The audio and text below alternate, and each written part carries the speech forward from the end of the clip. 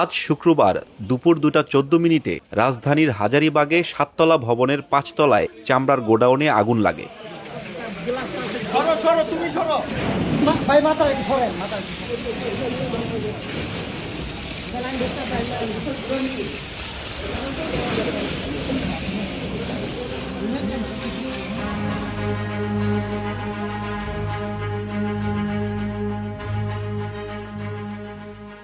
প্রায় 2.5 ঘন্টা চেষ্টার পর বিকেল 4:45টায় আগুন নিয়ন্ত্রণে আসে বলে জানিয়েছেন ফায়ার সার্ভিস।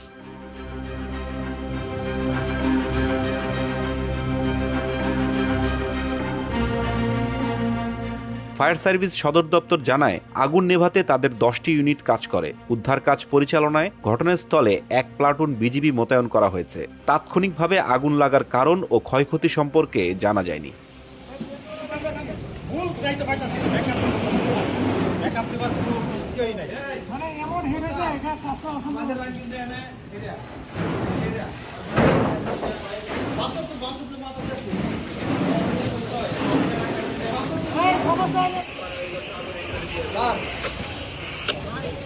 Master clear.